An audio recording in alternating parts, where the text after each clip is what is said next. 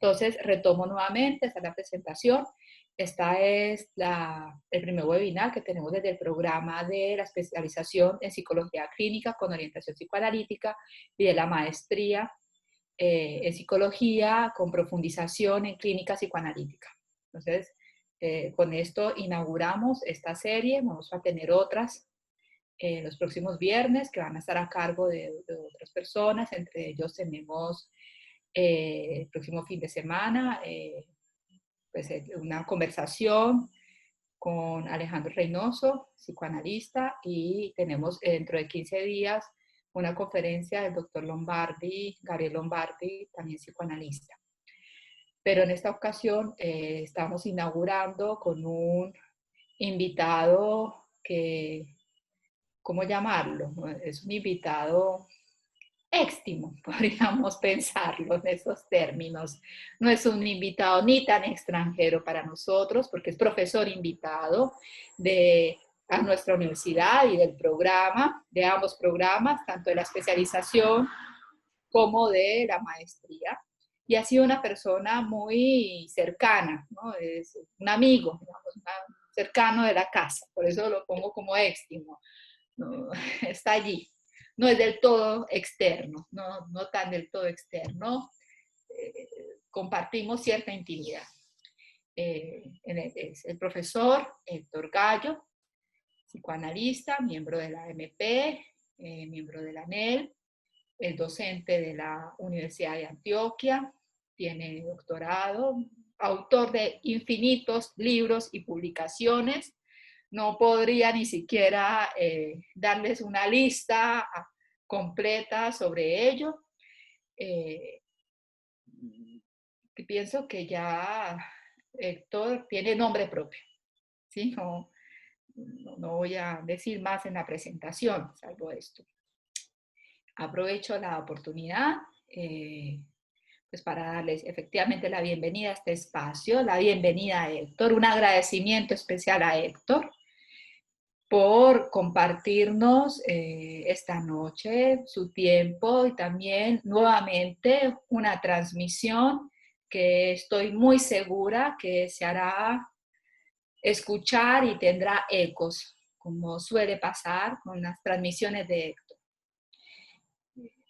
Y finalizo para invitarlos a aquellos que no están cercanos al programa, a que se acerquen, pregunten por la especialización, por la maestría.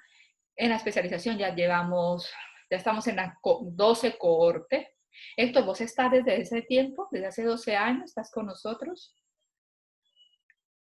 Sí. No tiene habilitado el micrófono.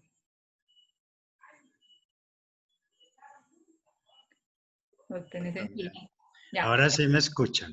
Ahora sí te escuchamos. Listo. Sí, que desde el inicio estamos en la especialización. Muy bien. Ya, Bueno. fíjate cómo pasa el tiempo, 12 años. Sí. Tiempo considerable. Sí. Entonces, con la especialización llevamos 12 años de recorrido y con la maestría estamos actualmente en la segunda cohorte. No quiero detenerme mucho, simplemente a los que no conocen nuestro programa, lo que ofertamos, bueno, que se acerquen, nos escriban, nos puede escribir al correo, incluso ahorita en el chat puedo compartir con mi correo institucional para aquellos que deseen hacerlo. Bueno, no me he presentado Héctor, no me he presentado yo. ¿Quién soy yo? Mónica Larrajondo. Actualmente soy la coordinadora académica de la especialización y de la maestría. Entonces, pero no quiero dar más larga el asunto y le cedo la palabra al profesor Héctor. Muchas gracias, Héctor, por aceptar la invitación. Mónica, muchas gracias a la universidad y a vos y a la decana y a todos los que, digamos, organizaron esta conferencia. Buenas noches a todos los que muy amablemente se conectaron. Les agradezco mucho la compañía. Y como dice Mónica, esta conferencia está en el marco de la especialización en psicología clínica con orientación psicoanalítica. la íbamos a dictar allá, digamos, presencial, pero por las circunstancias de todos conocidas no fue posible. Entonces yo le propuse a Mónica que le hiciéramos por este medio. Bien, lo que les voy a decir hoy es una cosita muy resumida de una primera parte de una investigación pues que se estuvo realizando con otros compañeros. Aquí está Esther Biardó, que no sé si hay alguien más del equipo de investigación de ese momento. Ella sí está presente, que me acompañó en esto. De pronto al final ella quiere decir algo al respecto. Básicamente la tenemos, está ahí como en stand-by, pero yo he seguido reflexionando sobre el problema. He seguido avanzando, pero la parte que corresponde al desistimiento del crimen, digamos que nos faltan los muchachos que nos enseñen cómo se desiste. Algunos nos enseñaron algunas cositas, pero necesitamos como esa voz de ellos y de los que ya han salido del crimen para poder avanzar en esto. Sin eso es imposible. Entonces hoy les voy a presentar, digamos, una parte muy resumida porque llevo escritas pues realmente bastantes páginas de este asunto. Empiezo diciéndoles que la elección de entrar en el crimen por parte de un adolescente es uno de los efectos del resquebrajamiento de los ideales familiares y sociales, de las dificultades para aplicar una moral como guía de la vida y, cito acá, de la pérdida de confianza en los significantes amo provenientes del otro familiar y social, de la ausencia de un deseo propio que cause al adolescente y de la poca promoción de la sublimación en los contextos sociales en los cuales es común que estos adolescentes habiten. Al contrario, al encontrarse el adolescente en un estado de fragilidad simbólica, como el referido, y exigir de su familia un espacio aligerado en cuestión de ley, paradójicamente se incrementan en él los imperativos del superyo, y es así como se ve empujado a escapar a la calle en busca de una ley consistente.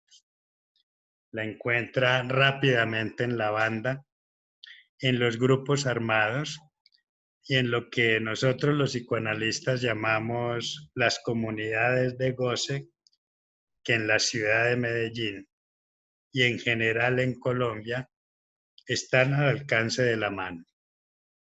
Aquí también encuentran nuevas identificaciones a significantes amo que circulan en el discurso en función de transmitir con preferencia la transgresión de la ley bajo la forma del crimen y la violencia en general.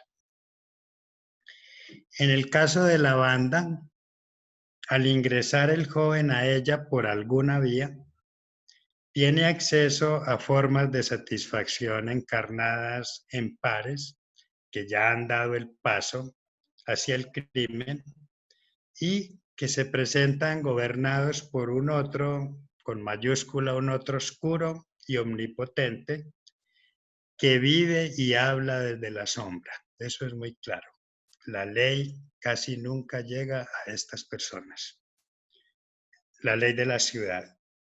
Si bien estas identificaciones son efímeras, son tan efectivas en cuanto a la aniquilación de sí mismo que regularmente inducen al adolescente a una muerte prematura o al encuentro con la brutalidad más horrorosa de un otro cruel y despiadado. El empuje hacia la muerte puede venir tanto desde afuera como desde adentro, pues también suele suceder que entre a gobernar en el superyo del adolescente, cito, un cultivo puro de la pulsión de muerte. tal como sucede, por ejemplo, en la afección melancólica, en donde se trata de la puesta en juego de una culpa patológica. La melancolía es la forma más expeditiva del yo ser empujado al suicidio por parte de un superyo cruel. Sobre todo, dice Freud, cuando el yo no consiguió defenderse antes de su tirano mediante el vuelco a la manía. Pero hay otras dos maneras del yo sucumbir a la agresión de la tiranía interna del superyo. Por sujeción de la agresión del yo hacia afuera, dice Freud, y por una intensificación del sentimiento de culpa. Ambos aspectos pueden entrar en íntima relación con la criminalidad de los adolescentes. Pues si bien la renuncia a la agresión al semejante intensifica el sentimiento de culpa, también puede suceder que este empuje hacia el acto agresivo. Hay casos en donde el incremento del sentimiento de culpa inconsciente puede convertir, dice Freud, al ser humano en delincuente. Esto, dice él, sorprende, parece paradójico, pero dice Freud que sin duda alguna es así. Dice él, en muchos delincuentes, en particular los juveniles, puede pesquisarse un fuerte sentimiento de culpa que existía antes del hecho y por lo tanto no es su consecuencia sino su motivo, como si se hubiera sentido un alivio al poder enlazar la culpa con algo real y actual. Cierro comillas. Las implicaciones, me parece a mí a nivel subjetivo y social, del aspecto de la culpa que empuja al adolescente a la delincuencia, son desgarradoras. Cuando en Colombia un menor de 14 años comete un crimen y es detenido por la policía en flagrancia, es remitido al Instituto Colombiano de Bienestar Familiar para ser protegido, cuidar que se le respeten sus derechos y sean restablecidos, pues se trata de alguien que por no estar en condiciones de responder por sus actos se considera inimputable. En este punto yo me pregunto, ¿qué se olvida regularmente con el procedimiento anotado? ¿Qué se olvida? Que si bien legalmente un menor de 14 años no es culpable por lo que hace, sí es responsable como sujeto. Un psicólogo que en una institución oficial recibe a un niño detenido por realizar un crimen, me parece a mí que debería tener presente no solo su inimputabilidad y sus derechos, sino también preguntarse de qué es posible responsabilizarlo íntimamente. Para esto tendría que tratar de leer clínicamente en qué medida el acto del menor es un llamado al otro de la ley para que intervenga y lo sancione, al menos en un sentido simbólico. Si no hay al menos una sanción simbólica, el niño queda con la sensación de que su acto fue en vano como llamado al otro, pues al no haber tenido ninguna consecuencia, es como si no hubiera sido escuchado. Digo escuchado. Entiéndase entonces, por sanción simbólica, por ejemplo, algo del orden del avergonzamiento por parte del otro de la ley, o en todo caso, alguna reconvención que no atente contra sus derechos, pero que tampoco lo deje con la sensación psíquica de que por ser niño está autorizado por la ley para seguir delinquiendo. Si un menor de edad está o no buscando inconscientemente un castigo efectivo, sirviéndose del delito, esto no lo define un juez de conocimiento, sino que lo descifra un psicoanalista o un psicólogo que por su formación en la escucha esté avisado de la función de la culpa en un ser humano y de su relación con la pulsión y el superyo en su cara mortífera, porque hay otra cara que no es mortífera. Ese desciframiento, esto es importante tenerlo en cuenta, no se logra en el contexto de una indagatoria legal, sino de una entrevista clínica. Pues se trata de un elemento subjetivo que está más allá del restablecimiento de los derechos del niño delincuente y en general de la legalidad. No hay que confundir una indagatoria legal con una entrevista clínica. Son dos cosas muy diferentes. El procedimiento anotado es preventivo y no punitivo. Esto que estoy diciendo, pues de no realizarse, la vida del menor quedará en grave peligro, porque más allá del contexto social y económico que lo presiona a continuar delinquiendo, se verá empujado internamente a buscar un riesgo cada vez mayor y este empuje es más fuerte internamente que la advertencia del castigo por parte del otro de la ley. Actualmente no son pocos los casos de muerte de delincuentes juveniles a manos de aquellos que pretendieron atracar, pues la gente se está armando para defenderse. Quien se arma, quien porta un arma, así sea legalmente, está a la espera de la más mínima oportunidad de usar lo que lleva. Porque un arma es un objeto fálico que hace sentir poderoso a su portador. Y siguiendo esta lógica, el impulso a dañar a cualquier ofensor estará a flor de piel para hacer valer dicho poder. Los adolescentes delincuentes, que por su osadía y el afán de mostrarse suelen calcular mal, son las víctimas más asiduas de los actos de defensa propia por parte del ciudadano. Los adolescentes, y con mayor fuerza si son menores de 14 años, insisten guiados por un imperativo inconsciente hasta encontrar en lo real el castigo que buscan sin darse cuenta. Castigo que generalmente se traduce en una muerte prematura. Ahora bien, no toda culpa estimula caminar hacia el crimen y el daño. También está la culpa referida a la abstención ética del daño al semejante. Esta culpa tiene para el niño un valor simbólico fundamental, sin duda hay que transmitirla, pues está al servicio del lazo social, el reconocimiento y la convivencia.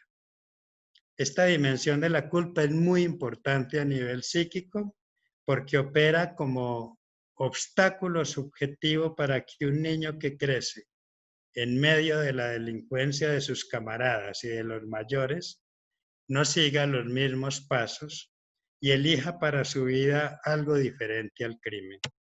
Entonces, mientras la culpa inconsciente que empuja desde adentro hacia el crimen rompe el lazo social y contribuye a la introducción de una ruptura con el otro simbólico, con el otro de la ley, la culpa anclada en una moralidad que ojalá no sea ultraconservadora, contiene y ayuda al niño a inscribirse en la ley simbólica sin por ello sentir que pierde libertad. Inmediatamente se produce la entrada del adolescente en el crimen, desfilan en él una serie de experiencias de riesgo que a veces lo llevan a la muerte antes de ser detenido por la ley de la ciudad. Es en función del progreso en las experiencias criminales, las cuales se miden en la banda por el riesgo de muerte que impliquen, por la habilidad en el manejo del arma, el arrojo en la acción y la destreza para salir ileso del lugar de los hechos, que el joven crece frente a sí mismo y frente a los demás integrantes de la banda en el plano de la imagen narcisista. De este modo se va ganando la confianza del jefe y así puede ir escalando en la organización delincuencial, obteniendo encargos criminales cada vez más peligrosos para su integridad, pero también más lucrativos. Los adolescentes delincuentes de hoy ya no entran y permanecen en el crimen porque se fueron iniciando con camaradas que formaban una barra en la esquina del barrio, sino por identificación con amigos que ya hacen parte de una banda y han visto en ellos ciertos logros del lado del confort, como sabemos, moto, carro, dinero, fiesta, mujeres, pero sobre todo respeto en el contexto social en el cual habitan, pues se dice de ellos que hacen parte de los muchachos. La expresión los muchachos es usada en los barrios populares de la ciudad de Medellín como signo de una identidad colectiva que tiene como connotación fundamental el respeto y la obediencia de la comunidad por temor. Los muchachos son aquellos que ya han ingresado a la banda, la cual encarna un poder alterno al del Estado en un territorio determinado. Se trata de un poder artificialmente logrado, pero tan efectivo y letal que en caso de desobediencia habrá un señalamiento que puede traer consecuencias fatales para el transgresor. Se ha indagado en las entrevistas que se han realizado a adolescentes envueltos en el crimen por el contexto social y su composición familiar en el cual se produce su entrada, por su desenvolvimiento particular en la banda que los aloja, por sus estrategias para sobrevivir y cumplir adecuadamente con los encargos criminales del jefe. Un adolescente que ingresa al crimen debe entrar pisando fuerte, demostrar, como dicen ellos, que es un probón. Es una expresión que ellos utilizan.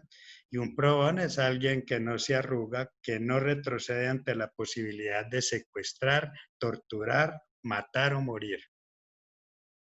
Un probón está siempre, como dicen ellos, en la jugada, a disposición del jefe para las que sea, que es una expresión que se utiliza aquí en la propaganda del aguardiente.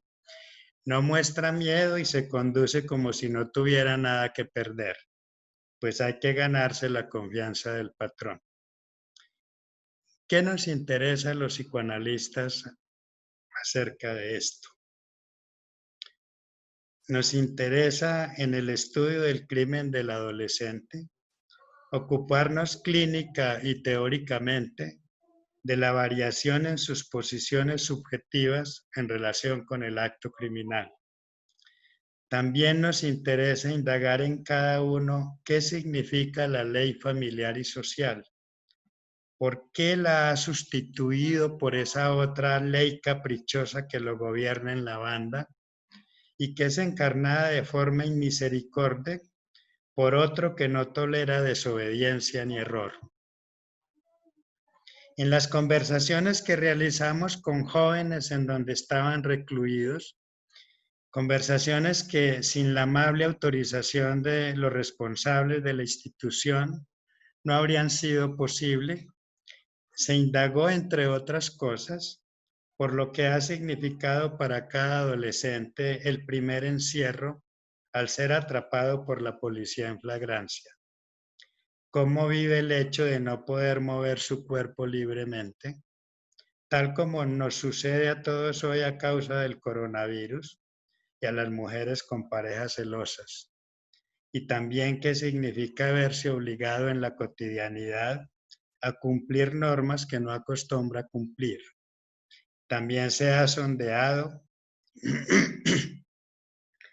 sobre las contingencias que definieron la elección del crimen y la relación entre crimen y consumo de droga. Se preguntó sobre los castigos recibidos en la banda a causa de desobediencias y errores cometidos en alguna misión, los enfrentamientos con pares que hacen parte de otras bandas o de la misma no faltan, y tanto en estos como en cada misión el riesgo de morir es siempre latente, y por eso buscan conjurarlos con distintos rituales de tipo religioso y mágico, a lo que agregan su astucia, velocidad y destreza para escapar con vida del lugar de los hechos. Con respecto al desistimiento del crimen, hace falta continuar la investigación, pero podemos anticipar que dicho desistimiento pasa inicialmente por una asunción del asentimiento de la responsabilidad subjetiva.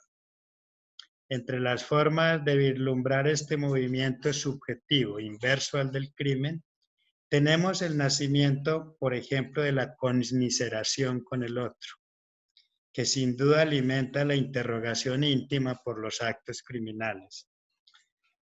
Ahora bien, ¿qué condiciones subjetivas son necesarias para que el desistimiento del crimen se vuelva auténtico?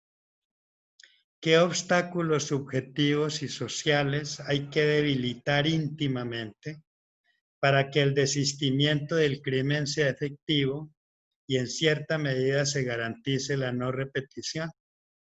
He ahí dos preguntas cruciales en una investigación por venir y sobre las que hoy solo podemos adelantar algunas hipótesis, pues nos falta la enseñanza, como les dije ahora, de los muchachos que ya han desistido del crimen y en los cuales no se ha producido reincidencia. ¿Qué hace cada uno de los que desisten con el goce criminal y los demás goces asociados a esta actividad? Es algo que deberán enseñarnos los muchachos, con los cuales tengamos posibilidad de hablar. También qué contingencias actuaron a favor del desistimiento, así como hubo contingencias a favor de la entrada, y en qué medida intervino en el desistimiento el deseo de un otro con el cual se produjo transferencia en una vía contraria al crimen. Eso es muy importante. ¿Cómo maniobrar para que el adolescente que ha puesto en cuestión las identificaciones a los significantes amos de la banda en un momento dado, avance hacia el desistimiento y se sostenga en este avance? ¿Qué invención es posible para cada adolescente en la vía de protegerse del empuje a caer en la repetición del crimen, o lo que se llama la reincidencia, que es enorme, ¿no? Estas son algunas de las preguntas que nos pueden ayudar a resolver los mismos adolescentes o adultos que han logrado salir del crimen o que estando a punto de entrar retrocedieron. Voy a saltar varias páginas para pasar a una parte que me interesa particularmente. Es una parte que yo he llamado fracaso del ideal del yo y el crimen por mi amor. Para ilustrar cómo se presenta en un adolescente que ha entrado al crimen el fracaso de los ideales del yo y sus consecuencias, evocaré el caso de un joven que fue entrevistado en un lugar de reclusión en medio cerrado, a donde son llevados en Medellín temporalmente los adolescentes, mientras se sigue el debido proceso para recibir una sanción o en su defecto ser absueltos de la misma.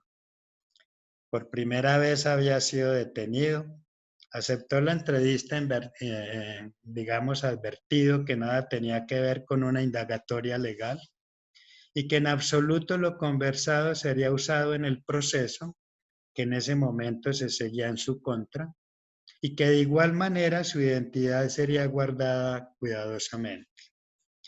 Entre las enseñanzas que nos proporciona el joven entrevistado acerca de su entrada, estadía y posible desistimiento del crimen está lo que sigue, comillas. Con otro parcero apuñalamos, según medicina legal, 36 veces a un man que estaba sentado en una acera. No lo conocíamos, nada nos debía porque no era una liebre, es decir, un enemigo, nada nos estaba haciendo y ni siquiera nos miraba. Simplemente pasábamos casualmente por allí en un taxi, enfiestados, y habíamos consumido mucha droga. Bien, cierro comillas. Le pregunté qué te llevó a consumir ese día mucha droga y después atacar a alguien que, como dices, nada te debía? Respondió espontáneamente y con una sonrisa entre grave, cínica y socarrona. Se podría decir que lo atacamos por mi amor. Ese por mi amor me sorprendió ingratamente. Le pedí respetuosamente una explicación y resumo lo que dijo. Por mi amor es una expresión que usamos en la banda para denotar que hemos hecho algo porque simple y llanamente se nos ocurrió, porque se nos vino a la cabeza y no lo pudimos contener. Cierro comillas. Como ven, por mi amor denota algo oscuro del ser, que algo oscuro del ser se impuso como causa subjetiva del ataque brutal. Se trata de una causa que en lugar de explicar, evoca un vacío que remite a un real enigmático y sin sentido.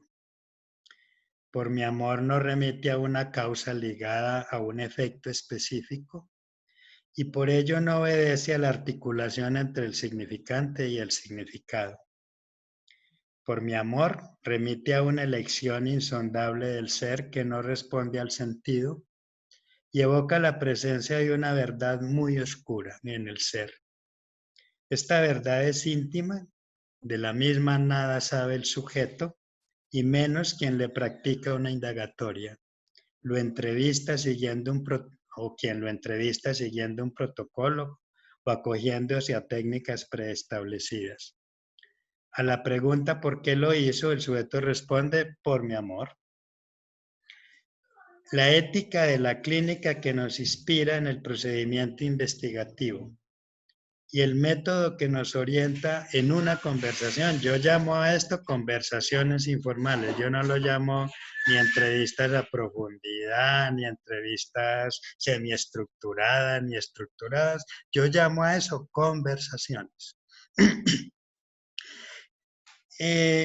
Lo que nos orienta en una conversación, el principio es que dejarnos enseñar de la palabra espontánea del sujeto, y eso aconseja preguntar con prudencia y sin ningún prejuicio legal o moral.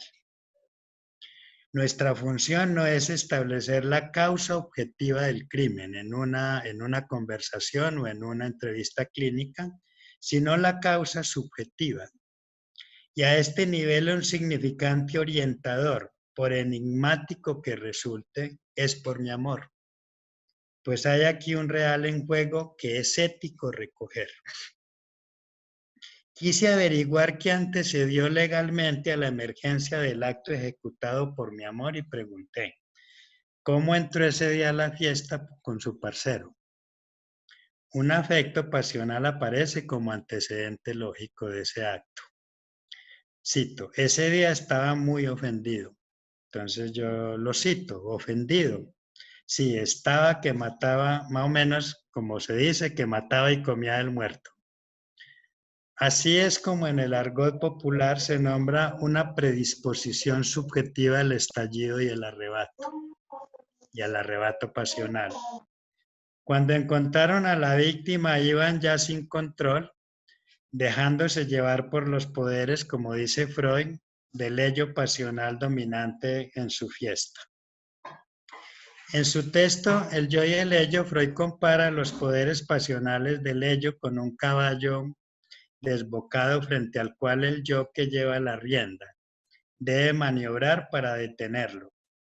Pero es usual que la fuerza del caballo en su desenfreno sea más fuerte. Ya metido en la fiesta y arrebatado por el tóxico, no había en el joven un yo que razonara, sino un empuje, digamos, a gozar, tal como sucede en la fiesta no regulada por el placer de estar compartiendo con otros un momento de alegría.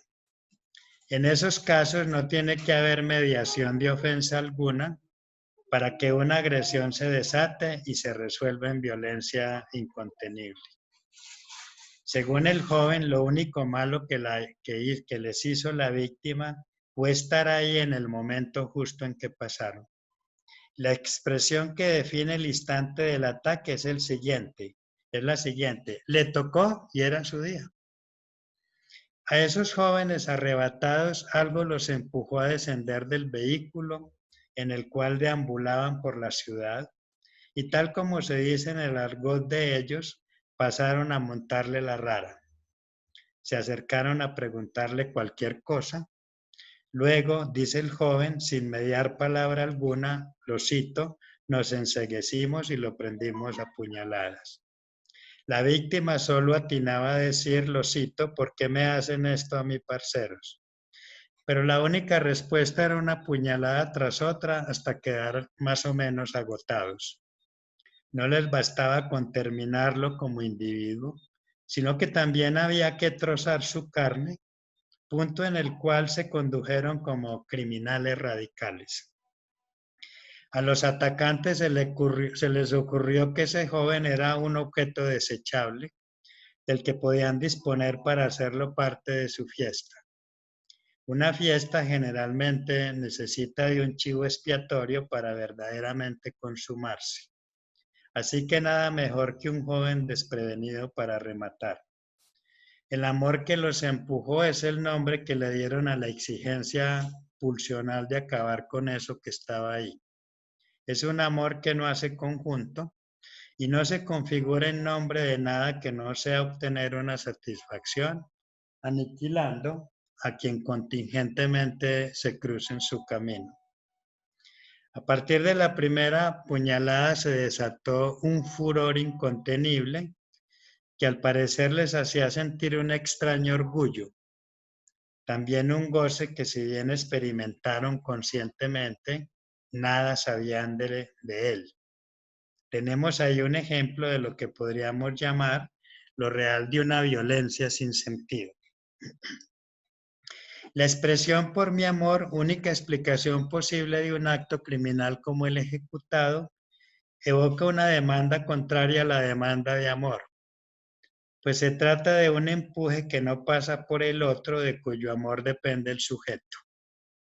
Un acto criminal cometido por mi amor denota un amor que por evocar la muerte no está conectado al deseo, sino a la crueldad sádica propia de la pulsión de muerte en ejercicio. Por mi amor denota que algo empujó a los jóvenes criminales a la aniquilación del semejante, reducido a la condición de objeto caído, e implica que la forma de amarse a sí mismo en el otro era enterrándole múltiples veces el puñal y sintiendo la resonancia, no sin fascinación, él lo decía, como del recorrido tenue de su ida y de su vuelta en el cuerpo, ¿no? Resumen del itinerario del ataque. Encuentro de los jóvenes. Uno de los dos estaba muy ardido con algunos parceros porque porque no le habían entregado un dinero de lo que ellos llaman una vuelta que habían hecho. Enseguida consumo de droga, decisión de enfiestarse, recorrido en un taxi como ellos acostumbran por ciertas partes de la ciudad a ver qué se ve. Avistamiento del joven ya referido y en el acto experimentan una impulsión cruel. Por mi amor entonces es una forma de expresar que en ellos se ha producido la ruina de la autoridad simbólica. Es el exacto revés del mandamiento amarás al prójimo como a ti mismo y da cuenta de la puesta en escena del derecho a gozar de cualquier prójimo que esté indefenso como instrumento de nuestro placer. Por mi amor también denuncia una certeza del sujeto con respecto a lo que quiere del semejante indefenso.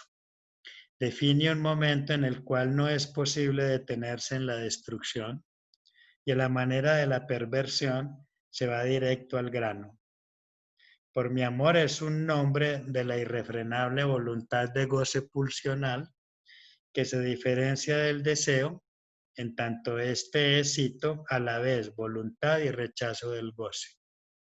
En este punto hay que preguntarnos, un auténtico deseo de desistir del crimen en relación al cual se ha gozado internamente, podría alcanzar un poder análogo al de la voluntad de goce en el sentido de no ceder. Y hay una pregunta de la cual nada podemos saber sin la enseñanza de quienes han desistido. Tanto en el caso de la pulsión como del deseo, se trata de algo que impulsa e insiste bajo la forma de imperativo. Pero los fines a los que obedece son diferentes y por ende también lo es la posición del sujeto con respecto a eso que insiste. Del lado de la pulsión tenemos una voluntad imperativa de satisfacción que no cuenta con el otro simbólico. Hay hambre y sed de goce sin que el otro de la ley importe.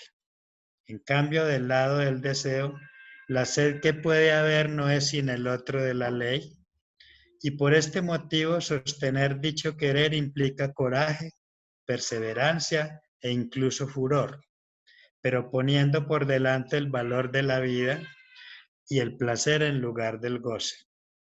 O sea que pulsión y deseo, igual que placer y goce, corresponden a diferentes modalidades de la impulsión. Por mi amor, en tanto corresponde a una impulsión sin deseo, evoca un grito de viva la muerte. De ahí que la decisión que implica supone un enceguecimiento loco. Con esa expresión el adolescente da cuenta que ha quedado fuera de la demanda amorosa de manera radical y con ello sujeto a otra demanda que lo gobierna. Ante la caída del otro de la demanda de amor, el sujeto se orienta hacia otro, jefe de banda, del que sabe no ha de esperar amor y menos comprensión, piedad y compasión en caso de error, pues queda a merced de una ley de hierro que exige obediencia absoluta. Mientras el deseo remite siempre a insatisfacción, la pulsión solo admite la felicidad en el goce, es decir, las puñaladas infligidas a la víctima elegida, aporta felicidad a los agresores y se detienen cuando experimentan plena saciedad. ¿Eso qué quiere decir? Que la pulsión significa una impulsión siempre satisfecha. Por eso aplicarle, por mi amor, 36 puñaladas a quien no tiene cómo defenderse, revela que ya no hay en el agresor defensa o rechazo que detenga lo real de su goce. Volviendo a la entrevista, en su primera parte el joven dice, y lo peor de todo es que después nos dimos cuenta que ese man no se murió. Más adelante, en otro instante lógico de la conversación, en donde habla de su intención de desistir del crimen, rectifica. No, pues, yo ya le doy gracias a Dios que no se murió, pues qué pereza uno darle más tristezas a otra madre. Pues yo ya pienso y ya uno le da como más cabeza a las cosas y piensa como que, uy, ¿yo por qué hice esto? ¿Yo por qué he dejado a tantas familias con tristeza y le quité el pan de la boca a unos hijos? Cierro comillas. Ese uy, ¿yo por qué hice eso? Es un asomo en el discurso de lo que he llamado responsabilidad subjetiva, pues denota una pregunta sobre su relación con lo que hizo. Pregunta que es ética, pues ahí ya no está presente el por mi amor de antes, sino un enigma. Uy, ¿yo por qué hice eso? Ya no da cuenta de la presencia de un yo cínico que dice por mi amor, sino de un sujeto dividido por su acto. Este es el sujeto del inconsciente y sobre el que hay que saltar con la precisión, como dice Freud, de un león, cuando conversamos con alguien orientados por una escucha psicoanalítica. Digo saltamos, pues en tanto el inconsciente es lo siempre por nacer, como dice Lacan, es eso que aparece y desaparece. Hay que atraparlo porque es el alimento de nuestra escucha. Pensar y darle más cabeza a las cosas para terminar con desistimiento y responsabilidad, que el joven, pensar y darle más cabeza a las cosas que el joven hizo a partir de su entrada en el crimen es otra forma de la responsabilidad subjetiva presentarse en un adolescente. Inaugura, si hay quien escuche, es decir, si hay quien lea, un movimiento desde el goce delincuencial que enceguece hacia su responsabilidad con dicho goce. La responsabilidad entonces es ética. Si no hay quien escuche la emergencia de ese significante, ¿por qué lo hice? Y la expresión, darle más cabeza a las cosas, será en vano, pues escapa y no se sabe cuándo vuelve.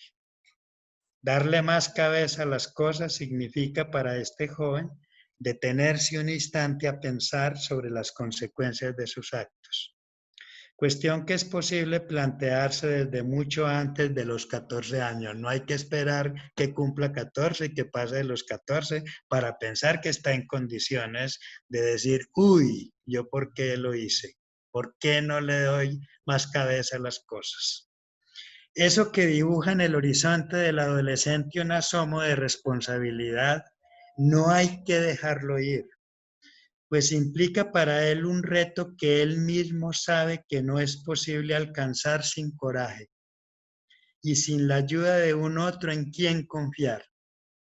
Se trata del coraje de pasar de la felicidad pulsional que define el amor a la muerte en el crimen, a la responsabilidad del amor a la vida, que es un amor que congrega en torno de algún deseo contrario a la destrucción, algún deseo contrario a la destrucción. Este paso, para quien ya se encuentra sumergido en lo delincuencial y el crimen, no es tarea fácil a nivel social y menos en el plano subjetivo. En el momento lógico del crimen que tenemos a un sujeto cruel y despótico que por no darle cabeza a las cosas, se dispone a atacar por mi amor a cualquiera que esté indefenso.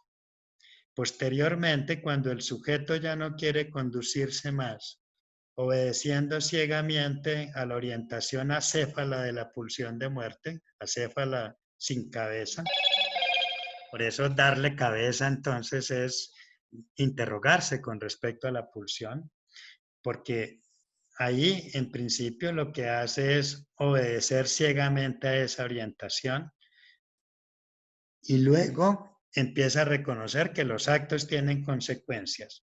Ahí es cuando emerge retroactivamente un sujeto ético que se pregunta, uy, ¿yo por qué hice esto?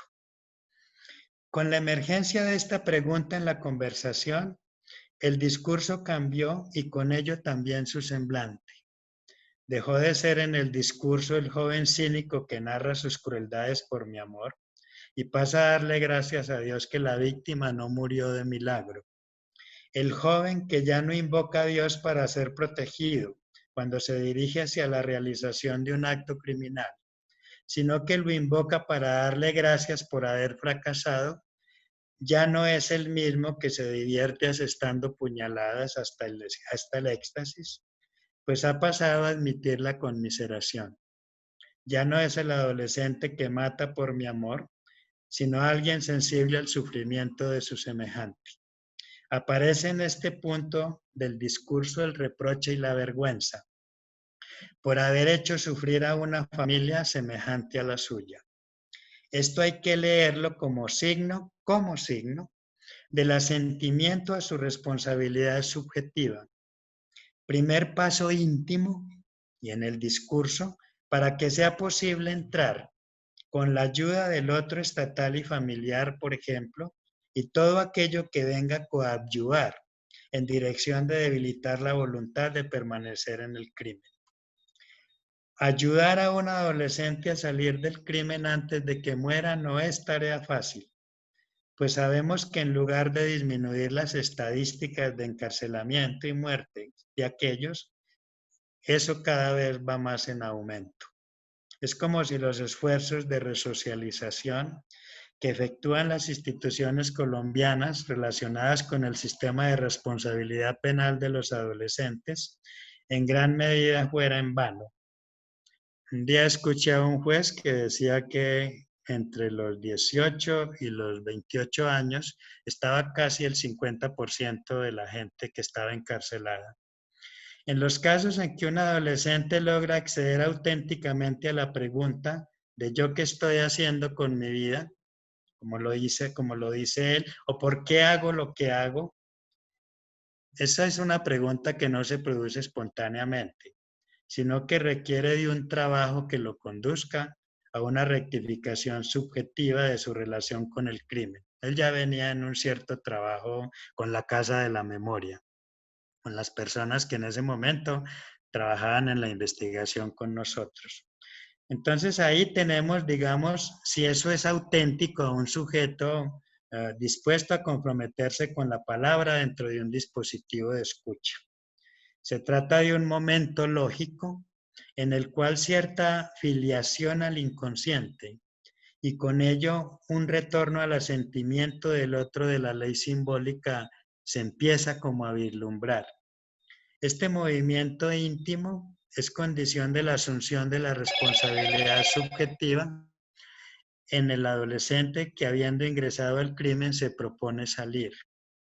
Es con esta responsabilidad, diferenciada de la responsabilidad jurídica, con la cual contamos clínicamente como condición subjetiva favorable para la orientación hacia el desistimiento posible del crimen.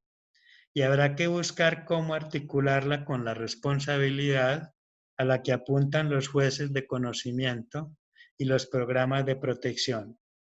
Es necesario un diálogo serio entre lo clínico, lo jurídico y lo pedagógico sobre el asunto de la criminalidad de los adolescentes, pero que no esté fundado en el deber ser y menos aún en criterios de autoridad, pues el único que sale perjudicado de estas rivalidades fundadas en el narcisismo, como dice Freud, de las pequeñas diferencias, es el único que sale perjudicado es de esa rivalidad entre funcionarios que a veces se presenta, no es otro que el mismo adolescente y la sociedad en general. La interrogación por los actos implica la intención de excluir de la vida el cinismo asociado al crimen. Cinismo que ayuda a poner en escena la pulsión que, como les dije ahora, es acéfala. El asentimiento de la responsabilidad, cuando es auténtico, orienta a tomar distancia definitiva en el orden libidinal del acto criminal. Tomar distancia libidinal del empuje pulsional al crimen es algo que no tiene que ver con las buenas intenciones. Por este motivo hay que contar con el discurso del sujeto, pues es ahí donde se verifica o se niega su autenticidad. Hay que seguir el discurso del adolescente en distintos momentos lógicos. Hay que seguirlo en sus contradicciones, en sus negaciones, en sus mentiras, en sus equivocaciones. Cuando el sujeto accede a interrogarse por lo que ha hecho, se vislumbra la puesta en juego del orden ético, de algo del orden ético, mientras que no lo haga para darle gusto a quien lo interroga. Nuestras entrevistas son diferenciadas de un interrogatorio o de una encuesta, pues su objetivo fundamental es orientar metódicamente al sujeto hacia su responsabilidad, que implica ir accediendo en el discurso a cierta dimensión referida a una verdadera adultez. Del crimen por mi amor, el joven poco a poco, a partir de la interlocución conmigo y de la amable presencia de la compañera que estuvo ahí grabando e interviniendo, siempre me parece muy importante que estemos dos, interviniendo cuando la lógica del discurso del joven lo requería, fue pasando a ese valioso uy, yo por qué hice esto, yo no quiero eso, porque eso no es vida ni para mí ni para mi mamá. Porque mi mamá viene y me visita a mí y al rato se mete un viaje de 10 horas para donde mi hermano encarcelado en otra ciudad. Esto no es vida para mí ni para mi mamá. Cierro comillas. Algunos de los que trabajan con el sistema de responsabilidad penal, que ojalá estén conectados, espero que Alejandra Serpa esté por aquí. Seguramente han notado que este método de conversación informal en absoluto viola la intimidad del que habla, pues todo el énfasis de nuestro análisis es hecho sobre el discurso y por ello no se emplea ningún dato que alguien ajeno al trabajo con el joven pueda llevar a identificarlo. Que el sujeto al menos empiece por reconocer que estar en el crimen no es vida para mí ni para mi mamá, permite suponer hipotéticamente que al menos se ha iniciado un tránsito de retorno de la oscuridad del amor a la muerte, que es una expresión que utiliza Miller, a una especie de penumbra, a una especie de pequeña luz que deja vislumbrar algo del amor a la vida. Esta intención de retorno podemos designarla como un instante en el cual el sujeto ha logrado mirar que en la banda es nada y que no es esto lo que quiere para sí porque hace sufrir a los suyos. En el instante en que un sujeto accede a nombrar que no quiere convertirse en un verdadero criminal, hay posibilidad de intervenir clínicamente en la vía de orientarlo hacia una auténtica meditación en voz alta que le permita acceder a un tiempo de comprender. Este tiempo marca un nuevo avance lógico que nos irá iluminando acerca de cómo proceder en la perspectiva de ir acompañando al sujeto hacia la invención singular de una forma de desistir del crimen. Entonces, no, lo cito, yo no quiero seguir así. O sea, a uno se le vuelve más pequeño el espacio cuando se vuelve de la vuelta, porque uno ya no puede ir a otras partes. Si yo iba a otro barrio, me sentía que me iban a dar o algo así. Yo no quiero que eso siga así. Estoy muy joven y yo tengo mucha vida por hacer y yo sé que la plata se puede hacer de otra forma bien. Yo no quiero, pues, no quiero volver a hacer nada de eso. El acceso a ese no quiero enunciado por el adolescente, seguido de estoy muy joven y yo tengo mucha vida por hacer, da cuenta del inicio de una lucha interna contra ese quiero delinquir que lo habita a nivel pulsional. Es una lucha muy fuerte. Este movimiento lógico no es fácil, pero cuando se produce, denota que se ha logrado hacer emerger un sujeto que requiere ser escuchado y animado, bajo transferencia, a volver su mirada hacia el modo como se produjo su entrada en el crimen, un retorno. Se busca que logre captar y examinar retroactivamente qué es eso de sí que facilitó ser cultivado tan fuertemente por el crimen. Esa fascinación por el crimen, lo cito a él, es algo que no se puede ver si no es en un momento, no, aquí no lo estoy citando a él, es algo que no se puede ver si no es en un momento destacado, solo en el momento de salir, cuando uno da la vuelta.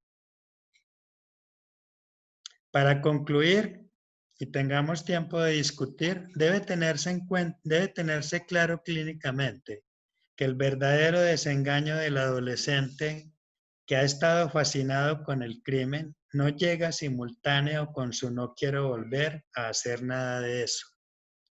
Pues como ya se dijo, este apenas es un instante de mirar, favorable para que el sujeto se plantee íntimamente qué tan dispuesto está a hacer hablar algo de eso que solo quiere gozar en él. Es por esto que en nuestra investigación nos proponemos ir de la entrada del crimen al desistimiento posible de este.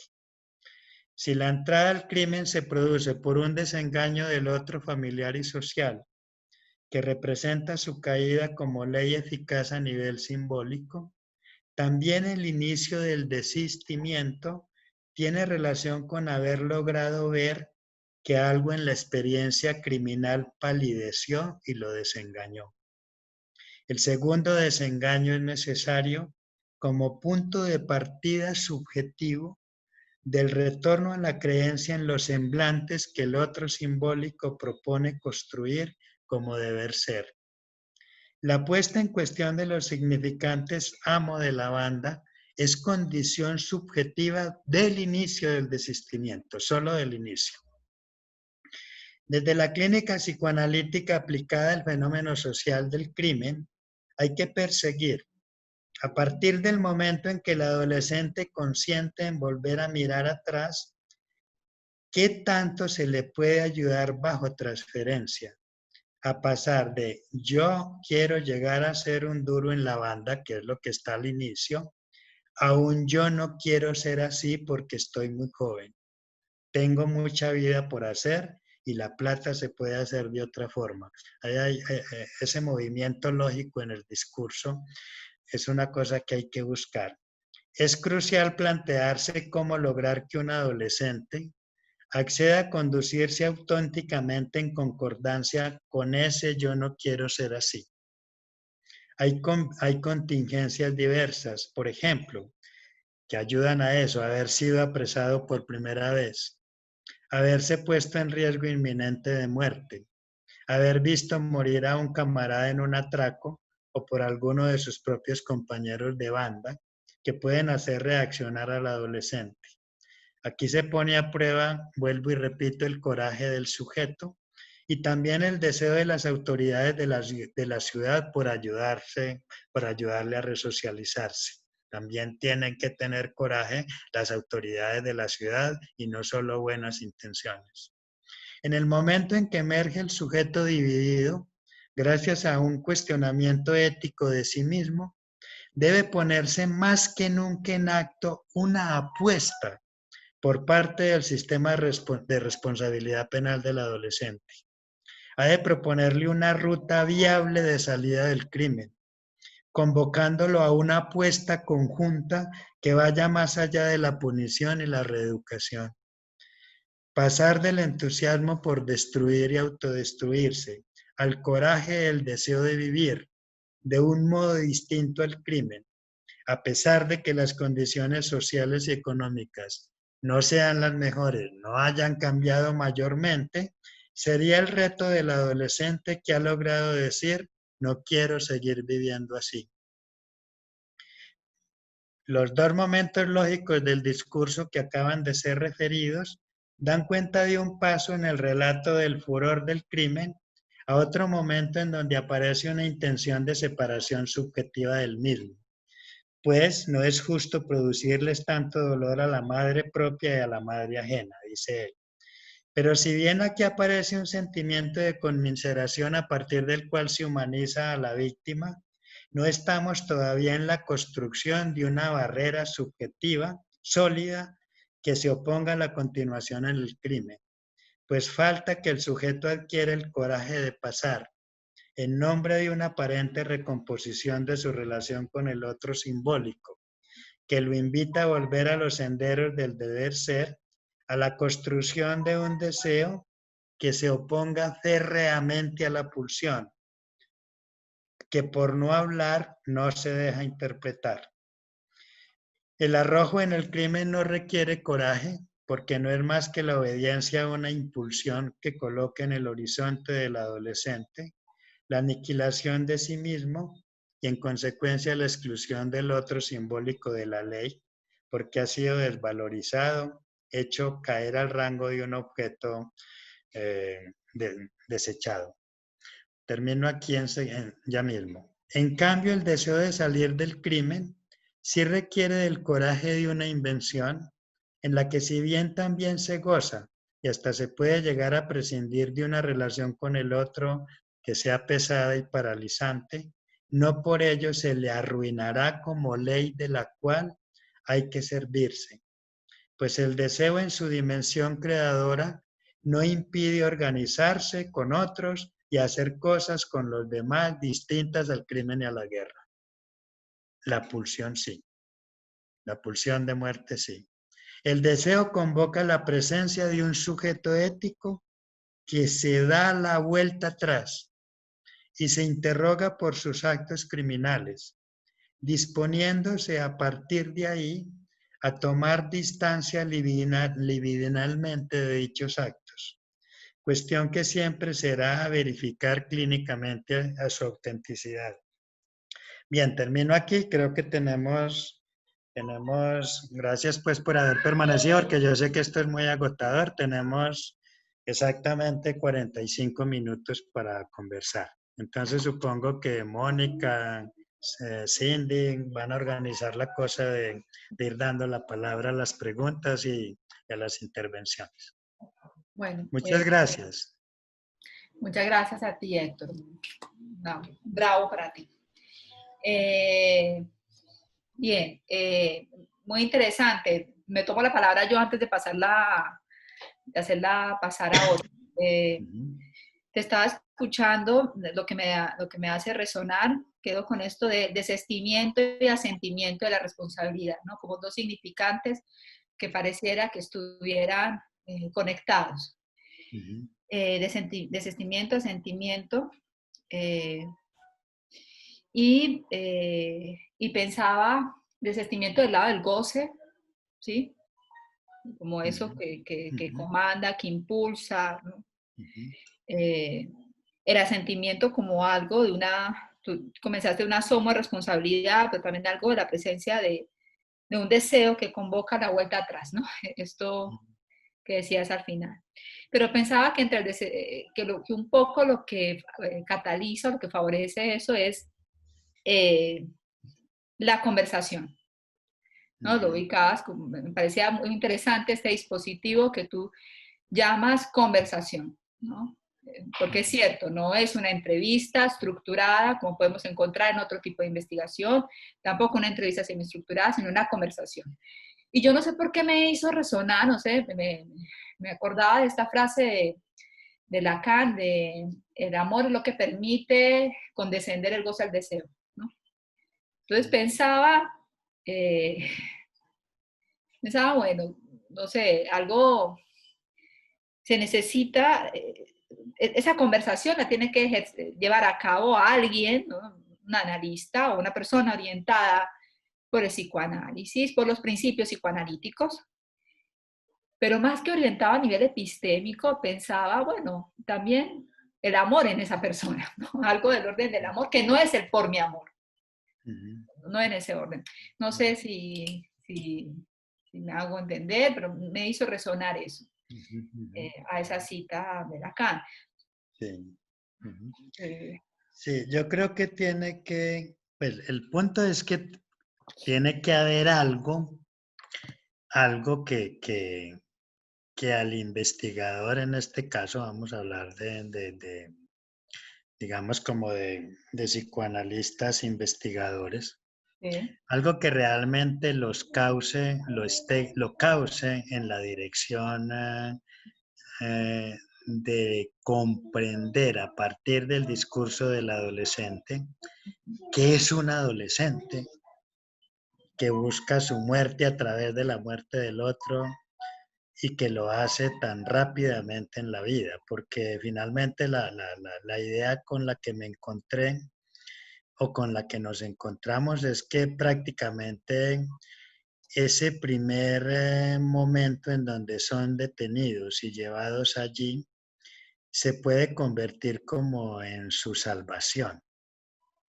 Es decir, para algunos se convierte como en su salvación porque es como un primer momento en donde algo viene del otro que los detiene, que los contiene. Y entonces, pero la mayoría, muchos de ellos se mueren antes de los 14, antes de poder ser llevados allí, porque allí son llevados es cuando ya han cumplido los 14. Entonces la cuestión es estadísticamente cuántos muchachos de estos están muriendo antes de los 14, antes de poder ser detenidos, porque antes de los 14 los detienen y no pasa nada.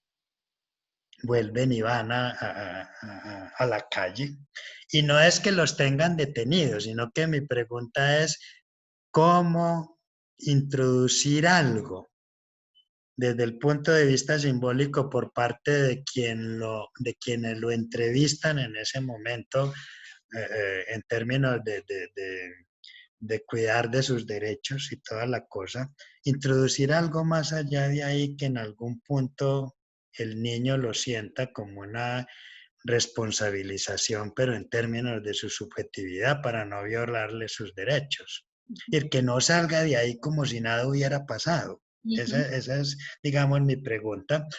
Y también lo que he estado, pues hemos estado discutiendo con varias personas que trabajan en esto del sistema de responsabilidad penal, justamente cómo proceder antes para poder prevenir un poco, cómo escucharlos para poder prevenir un poco y cómo intervenir para poder prevenir un poco porque están en el instante en donde todavía no son unos veteranos del crimen, ellos están en una búsqueda. ¿Es cierto? Entonces, por eso, una de las cosas que averiguamos es sus primeras transgresiones cuando niños, ¿no? También un poco qué relación había entre el consumo y la criminalidad, cuando, es decir, consumir para irse a realizar una vuelta. En algunos era absolutamente indispensable. Entonces, una de las cosas que decían es, yo estoy seguro que voy a hacer todo lo necesario y yo creo que no voy a continuar en el crimen, pero de lo que no estoy seguro es que yo no voy a seguir consumiendo. Y como hay una relación metonímica tan fuerte entre crimen y consumo, entonces uno ya no tiene muchas esperanzas cuando él dice, no estoy tan seguro que no voy a seguir consumiendo, porque hay unos casos en donde una y otra cosa son indiscernibles. Y hay otros casos en donde subjetivamente sí están separados. Entonces esas son cosas que uno tiene que escuchar también para poder hacer un cálculo realmente de lo por venir. Pero también hay que pensar en modalidades, en formas Sí, de de acuerdo. seguimiento de esos Bueno, muchachos después de que salen. es que la comunicación a veces te escucha entrecortada. Bueno, ahí me están escuchando bien. Ahí se escucha. Sí, Sí, profe. Sí. Listo, bueno, entonces pasemos a alguna otra intervención. sí, me voy a volver vocera de algunas preguntas que han dejado acá en el chat de Zoom. Entonces, la primera de Mula Natalia López dice, profesor Héctor, ¿podría por favor ampliar un poco la idea de tomar distancia libidinal del empuje pulsional en el adolescente? Y para fines de la intervención, ¿podría por favor ampliar el interés en la responsabilidad sobre la culpa sobre el crimen? Sobre la culpa En el crimen, sobre el crimen. sí, sobre el crimen.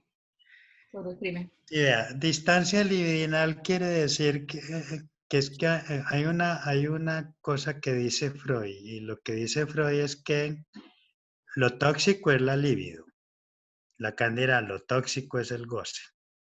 Entonces, cuando un muchacho encuentra satisfacción en el acto, de agredir al otro, en el acto criminal, en el acto transgresor, empieza a encontrar satisfacción, descubre que ahí encuentra una satisfacción, entonces ahí se inicia, digamos, un asunto tóxico, es decir, una dependencia, ¿cierto? Se inicia una dependencia, en tanto que algunos de estos, algún muchacho llegó a decir que es que había un momento en donde ya ni siquiera necesitaban que les diera nada, que les dieran dinero, sino que es que empiezan a sentir como una piquiña, como una cosa en el cuerpo que los empuja a tener que hacer algo en ese sentido, algo en ese orden.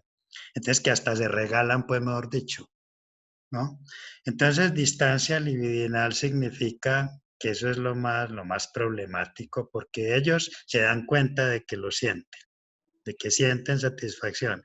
Pero igual que pasa en el goce místico, el místico sabe que goza, con esto pues no tiene la menor idea de lo que eso significa, que tiene conciencia de que se goza, Se tiene conciencia de que se obtiene una satisfacción, pero el problema es por qué. Ahí es donde está la cosa enigmática. Es decir, y de eso no es posible decir nada. Por ejemplo, este lo dice por mi amor. Es su manera de nombrar que allí encontró una satisfacción y que lo hicieron simple y llanamente por la satisfacción que encontraron. Yo les pregunté por qué pararon y era que ya pues había como mucho brujo por ahí, como mucha gente ya por ahí mirando, pero también como que hubo un momento en donde ya se agotaron. Es decir, como que encontraron una cierta saciedad. Entonces, por eso, desde el psicoanálisis decimos, el deseo siempre es por realizarse. Y admite que siempre está en suspenso su realización. La pulsión no admite eso. Y la pulsión funciona con líbido. La pulsión de muerte funciona con líbido. Entonces, tomar distancia libidinal es tomar distancia de la satisfacción que se obtiene en el daño al otro y en las implicaciones que eso tiene como daño a sí mismo. Y eso es lo más difícil. Los psiquiatras llaman a eso impulsión, ¿no? Nosotros lo llamamos compulsión, ¿no? Entonces, ese sentimiento de satisfacción produce compulsión. Entonces, la distancia libidinal implica poder ir debilitando la compulsión. Y hay una serie de contingencias que pueden contribuir a que eso sea posible y una serie de contingencias que contribuyen a que no. Entonces, cuando un niño desde antes de los 14 se encontró con esa satisfacción, entonces, ¿quién lo para? No lo paran, sino o la muerte antes de los 14 o ese momento que tendría que ser aprovechado en donde son detenidos. Y pasan un tiempo allí mientras se resuelve su situación. Ese sería el tiempo que hay que aprovechar, ya no solo pedagógicamente, sino también clínicamente. Y cuando digo clínico no me refiero a lo patológico, sino que ya escucharon que yo nunca dije que ese muchachito era esto, era aquello, era lo otro, en términos de una patología, sino en términos de un desciframiento de su relación con ese acto particularmente que ilustra una manera de proceder y que por eso lo traigo porque es paradigmático. Pero hacia ahí cada uno tiene uno que es paradigmático, ¿cierto? ¿No? Entonces, tomar distancia libidinal. Ahora, ¿cómo ayuda la culpa a esto? Que eso no se descubre sino también en esta escucha. Y es tomando la tesis de Freud que cuando se busca un castigo, entonces también hay una satisfacción en fuego en la búsqueda de la autodestrucción. Entonces, lo que Freud nos enseña es que si ese niño se le manda otra vez como si nada fuera y se le entrega a su familia como si nada hubiera pasado y no hay al menos un acto en términos simbólicos que sancione, entonces ese niño continúa hasta encontrar el castigo que está buscando.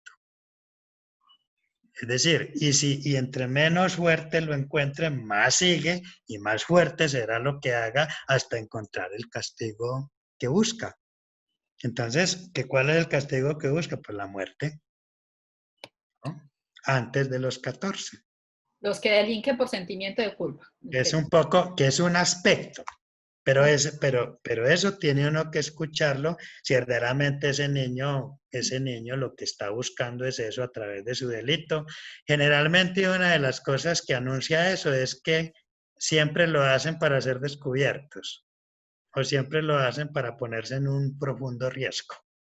El otro muchachito que es hábil, que es diestro, que tiene muy bien planeada la cuestión de la fuga antes, todo esto, esos niños no encajan en esa dimensión. No, encaja el niño que hace todo para que lo descubran. O el adulto que hace todo para que lo descubran es uno de los rasgos que encaja. Profe, buenas noches. Hago una pequeña intervención. Entonces, con este orden de ideas, si de pronto el joven o el ¿Quién niño, habla? Jorge Torres, Sí. si de pronto el joven, el niño en estos momentos, digamos que opone una resistencia ¿cierto? Pone unas resistencias de la teoría psicoanalítica para evitar él mismo darse cuenta de lo que está haciendo. Y no dice, lo hice por mi amor, sino dice, no hice nada. O se niega a la situación. ¿Cómo sería entonces el abordaje desde este punto de vista? Gracias, Héctor. Aquí también tenemos unas preguntas en el chat que quisiera como compartirlas, entonces vas respondiendo una por una. Tengo en el... Esta la respondo así concreta y no me extiendo, sino simplemente no hice nada, es lo contrario de yo porque hice eso. Ese es un momento lógico en donde el niño se pone o el muchacho se pone en donde hay una ausencia radical, podríamos decir, de la relación con el inconsciente. La relación con el inconsciente supone que yo jamás diga, yo no hice nada, ¿no? Es decir, está completamente borrado, digamos, el sujeto allí, en Claro, relación a... generando resistencias entonces a abordarse a su inconsciente entonces. Lo que pasa es que si lo llamamos resistencia, ya le estamos poniendo a eso un nombre y estamos diciendo resistencia y eso no nos explica nada. Más bien hay que decir que hay algo en él que no sabemos qué es, que lo coloca en una posición de absoluta ausencia de responsabilidad subjetiva. Absoluta. Y esa posición es bastante compleja, ¿cierto? Es una posición más o menos, es una posición que hay que mirar que es un poco cínica, que está ya del lado de un rasgo perverso complicado, ¿no? Porque finalmente yo no hice nada, quiere decir que la culpa de lo que yo haga la tiene otro, Pero Héctor, ¿cierto? también ese no es un desmentido, que entraría a ser otra verdad. Lo que pasa es que el desmentido supone un sí pero no. Y cuando yo digo yo no hice nada, más bien lo que hay es una cuestión forclusiva, más que un desmentido. Es un asunto forclusivo en el sentido de que se borra absolutamente la dimensión del acto. Ahora, yo no hice nada. Una cosa es yo no hice nada del lado de la inocencia paranoica, porque del lado de la inocencia paranoica el sujeto dice yo no hice nada porque lo hice para salvar a, por ejemplo, la cuestión del crimen altruista, ¿no? Y hay muchas versiones. El problema es qué es lo que sigue a ese yo no hice nada. Por eso una entrevista por mi amor es tan importante como yo no hice nada. Los dos son significantes, importantísimos, porque hay que entrar a partir de ahí a tratar de ver dónde está el sujeto en su relación por mi amor o en su relación con yo no hice nada. Entonces, si yo le digo a eso resistencia, ya introduje un prejuicio, ya eso no me deja escuchar, ¿no? Es decir, más bien lo cito. Más bien lo cito en el yo no hice nada, que pensar que es una resistencia, ¿no? Listo, profe, muchas gracias. Bueno, Muy bien, voy a leer la pregunta de Juan Pablo Giraldo. sí. Héctor, gracias por su presentación.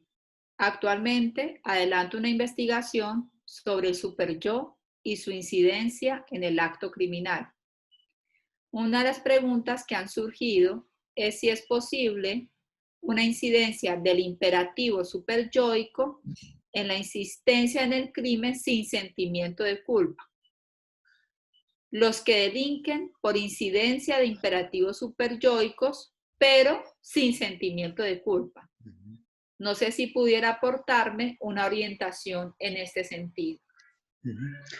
Yo lo que yo he llamado a esto no es que sea sin sentimiento. Cuando el superyo se coloca como imperativo, que es donde aparece el superyo, como dice Freud, como representante de la pulsión en la vida psíquica. ¿Qué es lo que dice Freud en el yo y el ello? Freud dice en el yo y el ello que el ello es el lugar de las pasiones, ¿no? Y que una vertiente del superyo, que Freud deja sin desarrollar, es que el ello, es que el superyo en tanto representa al ello en la vida psíquica, entonces aparece como un representante de las pasiones, como un representante de lo pulsional en la vida psíquica. Pero yo no diría que es que allí no hay culpa, sino que es que allí está la vertiente de la culpa, una vertiente de la culpa que empuja al crimen.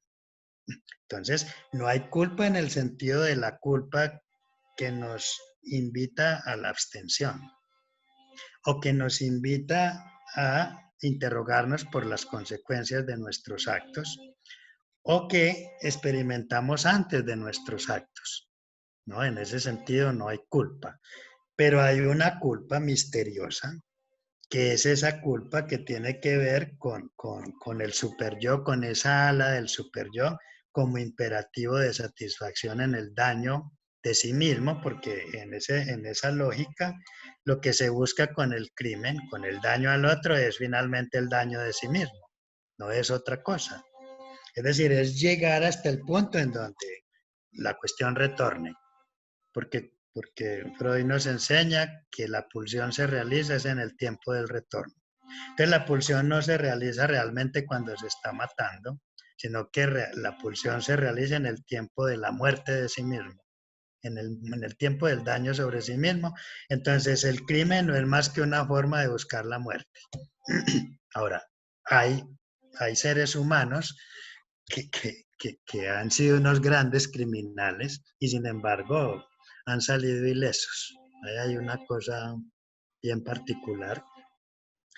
Pero yo más bien diría que es que hay varias dimensiones de la culpa y que esta dimensión del superyo nos interroga por una dimensión de la culpa muy diferente a la culpa que tiene que ver pues como con la conciencia moral, con la abstención ética y con toda esta cosa. Pero es algo pues que hay que desarrollar porque realmente no la tenemos muy desarrollada en ese sentido. Muy bien. Janet Laverde pregunta o hace el siguiente comentario. François Dolto habla del salto al vacío. Esa búsqueda del concepto, ¿qué concepto te estás refiriendo? Si estás allí, de pronto quieras decir algo. Vamos perdón Mónica, que ahí se entrecortó. Repito, En el salto al vacío. del salto al vacío. Esa búsqueda del riesgo se puede relacionar con el concepto mencionado. Entonces, de ahí no sé a qué concepto hace alusión Janet. Por eso, Debe ser vacío. sí, debe ser. Sí, vea, es que hay una cosa y es que Lacan tiene una metáfora para referirse al goce.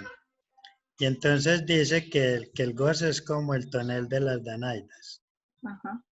Y esa evocación a lo que indica es que el goce no tiene fondo. Es decir, que es una cosa sin fondo, porque recuerden que es como una cosa que hay que llenar y llenar y llenar y nunca se llena. Entonces el goce no tiene fondo, lo que tiene fondo es el sujeto. Entonces cuando se dice que Julanito tocó fondo, pues tocó fondo el sujeto, pues el goce no tiene fondo. Pero al menos cuando el sujeto toca fondo hay posibilidad de interrogarse por la satisfacción que se está obteniendo en el riesgo y en el daño. Entonces, ¿qué es lo que pasa con exponerse al riesgo? Que nunca se tiene temor de morir. Por ejemplo, los deportistas extremos uno ve que no tienen temor de morir, tienen temor de quedar inválidos.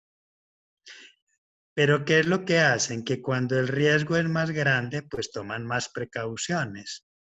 Entonces hay que ver realmente si un muchacho de estos cuando se va a exponer a una vuelta que implique mucho riesgo, pues hay que ver qué precauciones son las que toma, pero sin duda va allí y allí la muerte no existe como temor, ¿no? A veces existe mucho más como temor el ser detenidos, ¿no? Entonces, lo que pasa es que vacío es un término que está más en relación con el deseo. en términos lacanianos. Es decir, el vacío es el lugar en donde el deseo se ubica, se sitúa. Allí donde hay vacío hay posibilidad de localizar un deseo. Pero el problema con estos muchachos es que en ellos no hay vacío.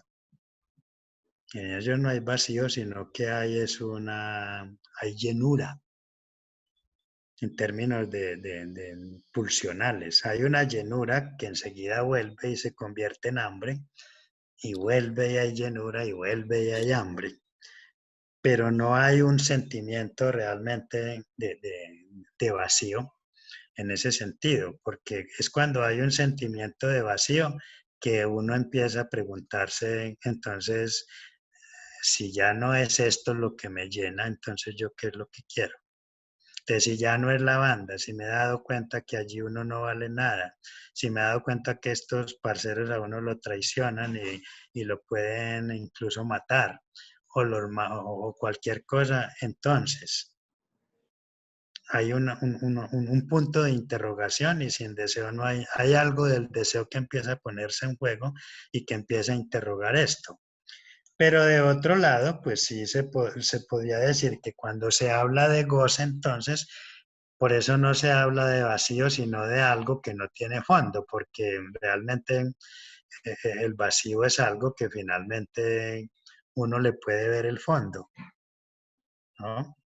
El problema con el goce es que no tiene fondo, y entonces eso en qué punto se detiene, en qué punto se limita, qué es lo que tiene que pasar con el sujeto para que él toque fondo y se enfrente a algo que no tiene fondo. Ese es el punto complicado, ¿no? Bien. Ahora, Liliana, si por vacío pues, se entiende la muerte, pues sí, eso es un salto al vacío permanente. Gracias, profe. bien. Liliana Bastidas dice lo siguiente. Hace mucho tiempo trabajé con personas de la calle. Lo que pude apreciar es que la oferta institucional que promueve programas que implican un cambio de la modalidad de goce del crimen al mártir, ¿cómo podría llamarse? ¿Por qué no podría llamarlo coraje?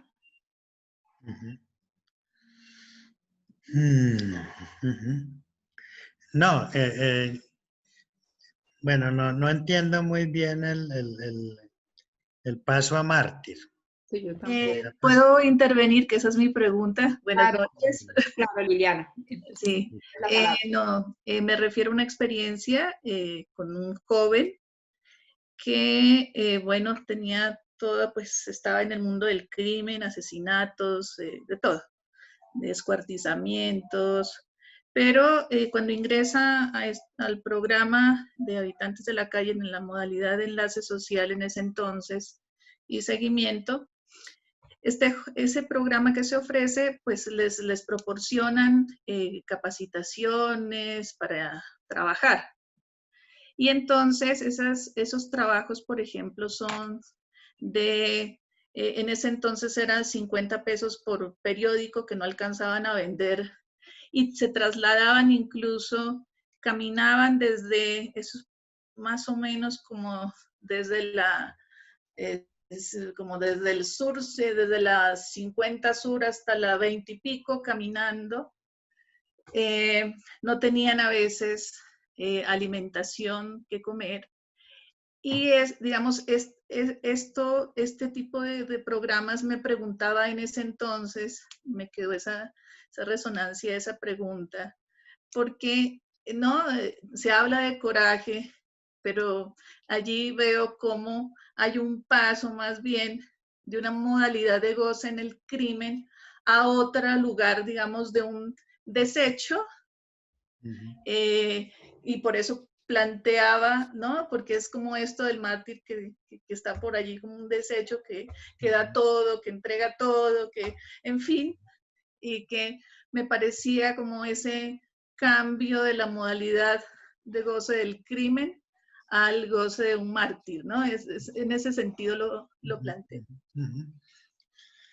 Sí, la cuestión es que claro, el mártir en el sentido, si se puede hablar de que por alguna razón que uno tendría que escuchar, ¿Qué es lo que hace que un sujeto, digamos, pase de su esclavitud en la relación con lo pulsional que lo empuja pues a destruir y a buscar la destrucción de sí mismo, a, a una cierta dimensión sacrificial en la que hay un otro en juego que es de una índole distinta, ¿cierto? Es decir, digamos que si él está, que esa cuestión sacrificial, si él la estaba buscando a través de su crimen y por alguna contingencia se presenta la posibilidad de hacer ese viraje, pues el fondo sacrificial se mantiene. El fondo sacrificial se conserva, pero ya por una vía distinta. Ahora, ¿qué es peor? Es una pregunta, digamos, que queda. Puede ser que sea mejor que se coloque en esa posición, digamos, de desecho, de sacrificio por el otro. Seguramente, pues, ese muchacho pasó a creer en Dios, porque de otra manera me resulta difícil que vaya caminando por ahí con un periódico para ganar 50 pesos, ¿cierto? Yo creo que Dios ahí debe tener su porción de función, pero fíjese que está en la misma lógica. Eso es alguien que está buscando ser como sacrificado a través de su cuestión criminal y pasa a constituirse y a identificarse seguramente ya con el lugar de un desecho, en donde efectivamente busca la dimensión sacrificial por otro lado, de otra manera, pero el fundamento que es el goce sigue intacto, sigue tal cual. Es decir, digamos que varía la manera de operar, la manera de buscar la satisfacción, pero la satisfacción sigue allí. Pero lo que uno tendría, digamos, que explicarse es qué es lo que hace que este sujeto, con qué contingencia se encuentra, si es que terminó hablándole Dios, o qué encuentro con Dios tuvo, o con alguien que se le pareció a Dios finalmente, la institución que da ese viraje, que da ese movimiento. Pero eso uno no lo puede saber sino escuchándolos. Es que no hay otra manera para poder explicarse qué es lo que hace que en términos, desde el punto de vista subjetivo, alguien haga ese cambio, porque ni siquiera uno puede decir que asume como la responsabilidad de su vida, porque es que la responsabilidad subjetiva tiene que ver con asumir la responsabilidad por su existencia. Entonces, es un sujeto que entonces pasa de una esclavitud de unos significantes amos referidos al crimen a otros significantes amos referidos al bien. Entonces uno se pregunta, bueno, pues para la sociedad es mejor, pero uno se pregunta, para el sujeto, ¿qué? Eso sí es mejor. Para la sociedad sí, y si tomamos partido por la sociedad, pues mejor que se convierta en un desecho por ahí caminando con periódicos, a que esté caminando por ahí a ver a quién encuentra para matar, ¿no? Bueno, Daniela Cabal pregunta, profesor, ¿qué se puede decir de la búsqueda que hay por la obediencia que marca la relación del jefe con la banda? Ese es un punto pues paradójico que señalamos, que uno encuentra con estos muchachos porque, como les decía al comienzo, hay un debilitamiento de las identificaciones familiares que en todo adolescente hoy lo más lógico es que se presenten y cada vez de una manera más rápida, que caen las pequeñas identificaciones familiares caen. Y entonces, como se dice en el psicoanálisis, pasan a sustituir estas identificaciones por otras. Y como dice Laurent, pues estas identificaciones son efímeras, entonces eso nos da una esperanza. Entonces la cuestión es cómo lograr estar atento para el momento en que estas otras identificaciones que se encuentran por fuera, que vienen a sustituir las familiares, como son efímeras, el momento en que empiezan a debilitarse, porque eso nos da una esperanza, porque son identificaciones que no son consistentes. Entonces, lo que les decía es que notamos que hay un movimiento de retorno a las identificaciones familiares, pero desde el punto de vista del psicoanálisis a nosotros eso no nos convence, hay que dar un paso más. Y ese paso más es que pase de volver a retornar a por mi mamá, a pobrecita mi mamá, que bueno, es muy interesante como principio. Pero la cuestión es cómo seguir escuchando a un muchacho de estos de manera tal que pase a decir por mi mamá no se merece esto, y pase a decir, pues es que finalmente eh, yo tengo que construir un modo de relación con la vida, ya no por mi mamá, sino por mí mismo. Un poco como en este muchacho, es que yo estoy joven, yo no puedo tirarme mi vida de esa manera, la plata se puede conseguir de otro modo. Entonces esa es una vía en donde no es que ese muchacho ya está del otro lado, pero se está empezando a interrogar por qué hacer con su existencia distinto a lo que ya le habían dicho que era su existencia, que es lo que el jefe define. Es decir, el jefe es un otro que sabe qué debe ser la existencia de un adolescente como este. Entonces lo paradójico es justamente que pasen de una ley que es más o menos simbólica, la ley familiar, más o menos, porque también allí es cosas complicadas, a una ley completamente caprichosa en donde no hay posibilidad de discutir, no hay posibilidad de interrogar, sino solo única y exclusivamente posibilidad de obedecer. ¿Qué es lo que hace entonces que los ideales, la parte del superyo que tiene que ver con los ideales, sea sustituida más bien por la parte del superyo que opera como imperativo de goce, como imperativo autodestructivo? Entonces, hay que entender por qué se produce ese movimiento, por qué el muchacho termina prefiriendo una cosa en lugar de la otra, y en qué momento lógico en los casos en que se presenta, porque hay varios casos en que no, en donde empieza a interrogar esas identificaciones que de por sí son efímeras y entonces vuelve y está en un vacío, ¿no? No en un salto al vacío, sino en un vacío en donde de nuevo hay que recomponer, ahí es donde uno tiene que estar presente. Ahí es donde alguien debe estar presente para capturar ese momento lógico y no dejarlo ir. Pero como no se les escucha, entonces esos momentos se dejan ir. Exacto. Pues si se les escucha pedagógicamente o jurídicamente, se dejaron ir esos momentos cruciales. Bueno, aquí pues tenemos más preguntas, pero se nos está acabando el tiempo. Nos Son quedan 10 minuticos. unos 10 minuticos. Entonces, hacemos la última y cerramos. ¿Te parece? Sí, como quieran. Sí, porque si no, no nos Sí, alcanza. tenemos esos 10 minutos, sí. Listo. Entonces, pregunta César Bocanegra. Él te cita. Dice, llegar hasta el punto en que la cuestión retorne. La pulsión se realiza en el tiempo en que el daño retorna sobre sí mismo. Y ahí viene la pregunta. ¿Eso no estaría relacionado con la cuestión del cacón? Bueno, para traducir el cacón es como una especie de mal interior, una especie de mal interior que nos habita. Y lo que dice Lacan es que, sobre todo, digamos, en los crímenes paranoicos, porque hay niños efectivamente que son psicóticos, de estos niños criminales, ¿cierto? Hay niños que son psicóticos, más de uno desencadena pues psicosis en el internamiento.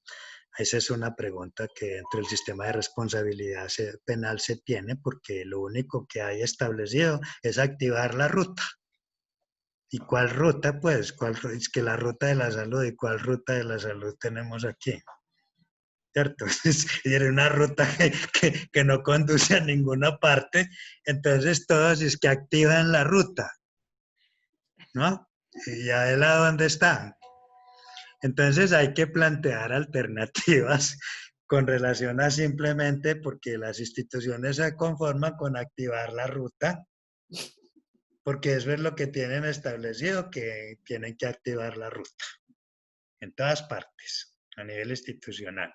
Entonces, en esos crímenes que son digamos, paranoicos, que tienen que ver con el hecho que son entonces crímenes sin sentido, que son crímenes en donde no hay una causa objetiva que se pueda establecer y que en muchos casos pues conducen a, digamos, a la inimputabilidad cuando efectivamente se hace entonces estos peritajes que el juez solicita y que entonces se considera que en el momento del crimen padecía un trastorno mental transitorio o permanente.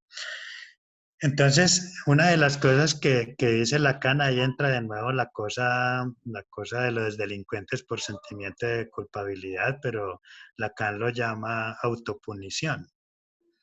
Entonces, lo que busca el sujeto en ese caso de los crímenes paranoicos, dice Lacan, que es desembarazarse del mal que lo habita en su interior a través del crimen.